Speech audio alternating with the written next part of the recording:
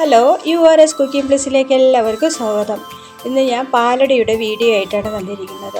അപ്പോൾ നമുക്ക് പാലടയ്ക്ക് എന്തെല്ലാം ഇൻഗ്രീഡിയൻസ് ആണ് നോക്കാം.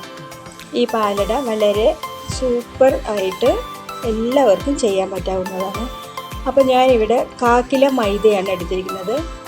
1/4 കിലോ മൈദയ്ക്ക് നമ്മൾക്ക് 1 മുറി നാളികേരത്തിൻ്റെ പാല് കൂടെ എടുത്തു വയ്ക്കണം.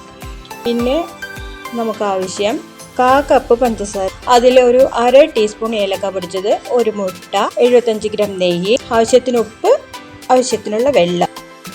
ഇനി നമുക്കൊരു ബൗളിലേക്ക് മൈദ ഇട്ട് കൊടുക്കാം. ആ മൈദയിലേക്ക് നമുക്ക് തേങ്ങാപ്പാലില്ലേ അതൊഴിച്ച് കൊടുത്തിട്ട് കുറച്ചായിട്ട് ഇളക്കി കൊടുക്കാം. ആവശ്യത്തിനുള്ള ഉപ്പ് കൂടെ ചേർത്ത് നമുക്ക് നന്നായി ഒന്ന് മിക്സ് ചെയ്ത് വെക്കാം.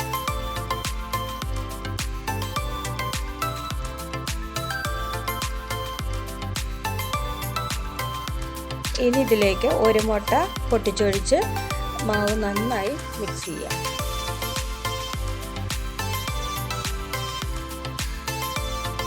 അപ്പോൾ നമ്മുടെ പാലടയ്ക്കുള്ള മാവെല്ലാം നന്നായിട്ട് മിക്സ് ചെയ്തു. ഇനി നമുക്കിതൊന്ന് മാറ്റി വയ്ക്കാം. ഇനി പഞ്ചസാരയിലോട്ട് 1/2 ടീസ്പൂൺ ഏലക്ക പൊടിച്ച് മിക്സ് ചെയ്ത് വെക്കണം. ഇനി നമുക്ക് പാലട ചുട്ടെടുക്കുന്നതിനായിട്ട് അപ്പച്ചട്ടി അടുപ്പത്ത് വെച്ച് കൊടുക്കാം. അപ്പച്ചട്ടി നന്നായി ചൂടായി വരുന്ന സമയത്ത് നമുക്കതിലേക്ക് നെയ്യ് ഒഴിച്ചു കൊടുക്കണം. ഇനി നമുക്കിതിലേക്ക് മാവ് ഒഴിച്ചു കൊടുക്കാം. മാവ് ഒഴിച്ചതിന് ശേഷം നമ്മൾ അപ്പം ഉണ്ടാക്കുമ്പോൾ ചുറ്റിക്കില്ല, അതേപോലെ നമുക്ക് ഈ അപ്പച്ചട്ടി ഒന്ന് ചുറ്റിച്ച് വിടാം.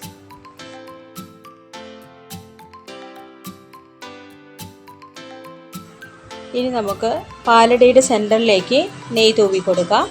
നെയ്യ് തൂവി കൊടുത്തതിന് ശേഷം അതേപോലെ സെൻറ്ററിലോട്ട് പഞ്ചസാരയും ഇട്ട് കൊടുക്കാം.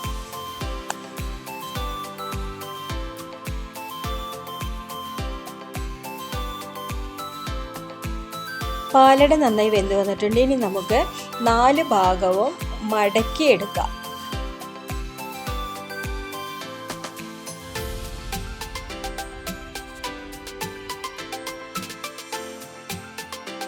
ഇതുപോലെ ബാക്കിയുള്ളതെല്ലാം നമുക്ക് ചെയ്തെടുക്കാം. അപ്പോൾ നമ്മുടെ പാലട റെഡിയായി വന്നിട്ടുണ്ട്. ഈ പാലട റെസിപ്പി നിങ്ങൾ എല്ലാവരും ചെയ്ത് നോക്കണം.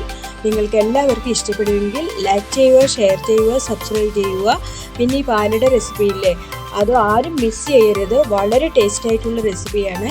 വളരെ സിമ്പിളും വളരെ ടേസ്റ്റുമാണല്ലോ. അപ്പോൾ ഇതേപോലെയുള്ള റെസിപ്പി നമ്മുടെ കുട്ടികൾക്ക് ഉണ്ടാക്കി കൊടുക്കുക. ഈ സ്നാക്സ് എല്ലാവർക്കും ഇഷ്ടപ്പെടും. അപ്പോൾ ഇതുപോലെയുള്ള കൊച്ചു റെസിപ്പിയുമായിട്ട് വീണ്ടും അടുത്ത വീഡിയോയിൽ കാണാം.